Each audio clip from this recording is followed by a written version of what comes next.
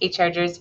I have a new book today. It's called Thanks for the Feedback, and it is by Julia Cook. And all week we're learning about feedback, and it's accepting positive and negative feedback. And so we're going to learn about RJ, and we are going to talk about what happens when he's given positive feedback and then when he also has some negative feedback at a parent-teacher conference. So sit back and relax and enjoy this story. And I hope you can think about how to accept feedback. And tomorrow I'm going to show you some ways of what you can do when your teacher's giving you feedback. But today I want to share thanks for the feedback.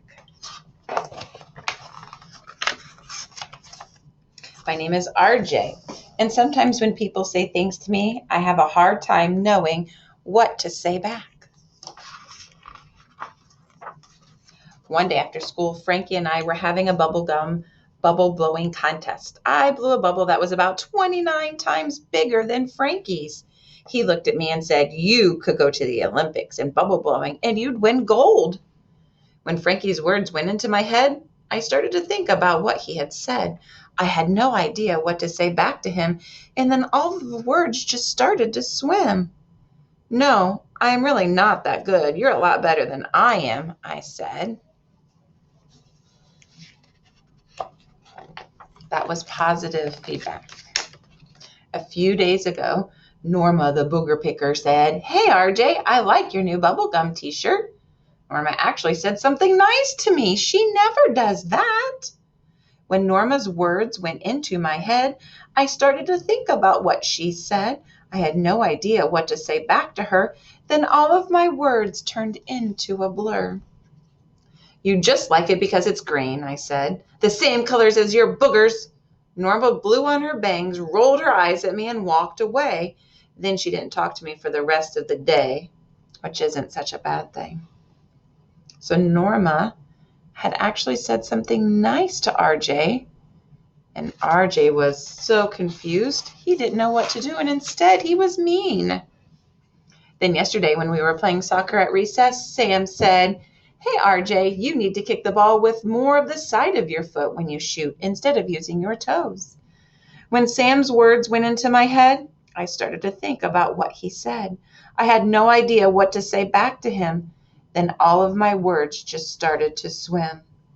"What do you know about shooting?" I said. "You're a goalie, not a forward." Sam gave me a weird look. Then he shook his head, wrinkled his eyebrows, and walked away. He wouldn't even sit by me at lunch, and that's a bad thing because I ended up sitting by Norma, queen of the silent treatment. Again, someone was saying nice things, and he started to argue. Well, guess what? Now, last night I had to go to parent-teacher conferences.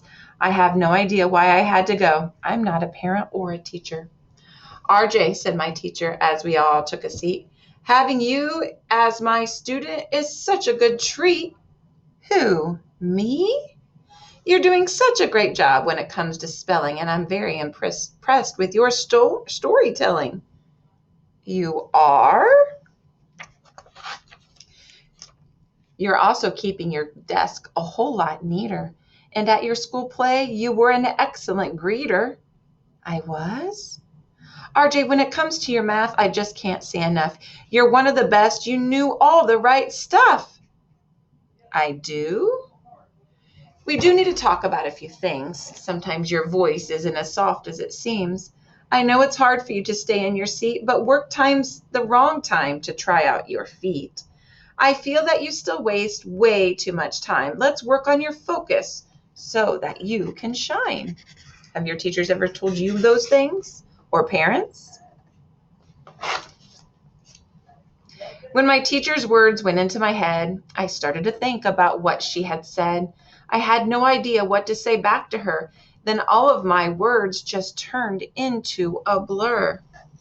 "But I'm not the only one who talks in class. I stay in my seat more than I used to, and I do focus. You just don't notice." Just then, my mom reached over and tapped me on the knee under the table. That's her signal for RJ, stop talking. So I did. When we got home that night, my parents made me sit at the kitchen table with them so we could talk about my conference.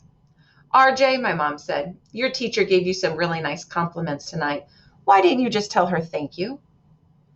Well, when my teacher's words went into my head, I started to think about what she said. I had no idea what to say back to her. Then all of my words just turned into a blur. RJ, when somebody gives you a compliment, the best thing for you to do is to look at the person, use a nice, pleasant voice, and simply say thank you. Knowing the power of a compliment and learning how to accept praise can make you better and more successful in life. Then, RJ, my dad said, your teacher gave you some great constructive feedback on how you can do better, and you started to argue with her. But Dad, when my teacher's words went into my head, I started to think about what she said. I had no idea what to say back to her. Then all of my words just turned into a blur. So RJ's having a really hard time thinking about the good things that his teacher said and the things that he could work on. Constructive criticism is when your teacher gives you feedback or tells you things that you could work hard on or do differently or try again. RJ, feedback is a good thing. It's information that can help you improve and grow. Most of the time when a person gives you feedback, it doesn't make you feel good, but that's the price you have to pay for growing. The way you handle feedback will make a difference in how other people treat you. Some people will give you mean feedback, and most of the time that's difficult to accept. You probably don't deserve mean feedback. Some people need to put others down so they can feel better about themselves. But just keep in mind, RJ, most feedback is just information.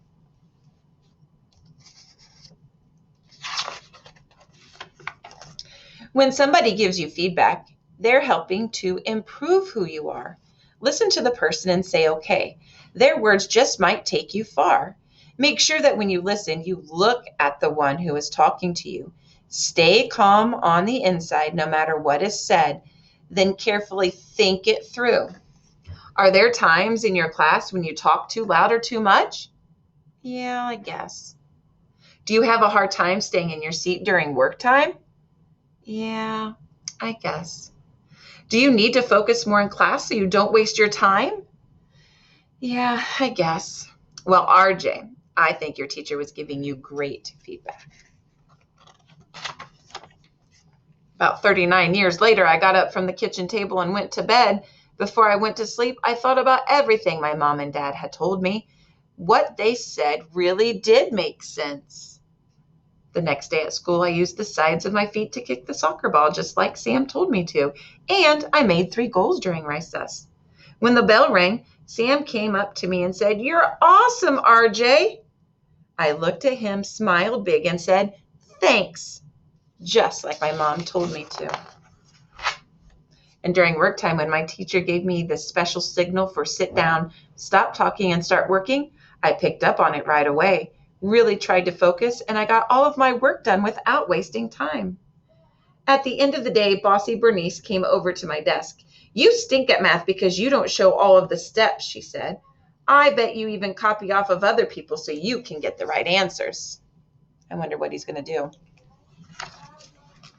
When Bernice's words went into my head, I started to think about what she had said. She called me a cheater, and that's kind of mean, but her information is not what it seems. Maybe Bernice is just having a bad day, and unfortunately, I happened to get in her way. Maybe I should write down all of the steps, then my teacher knows that I'm doing my best. Bernice gave me feedback, and now I know feedback is information that helps me grow. "I don't cheat, Bernice," I said, "but you're probably right. I should write down all of my steps. Thanks for the tip." P.S. Maybe I should have my dad talk to Bernice. And so this week we're going to talk about feedback from teachers, from friends, from parents, and later on in the week you're going to learn 4 easy steps of what to do when someone gives you feedback. Because a lot of times when I have to talk to kids in my office, it may be because a teacher told them to do something like finish your work. Well, sometimes perspective may think that I'm done with my work. I don't want to do any more work. And then arguing starts happening to teachers by saying, "I don't want to do the work." instead of just stopping, taking a deep breath, keeping calm, saying okay, and doing the work. So those are some steps we're going to learn later on this week, but I hope you enjoyed my Julia cookbook, and keep an open mind today and this week about having an attitude of gratitude and accepting feedback, whether it's good or bad, and moving on. Thank you, Chargers. I hope you have a great week this week talking about gratitude and also talking about feedback.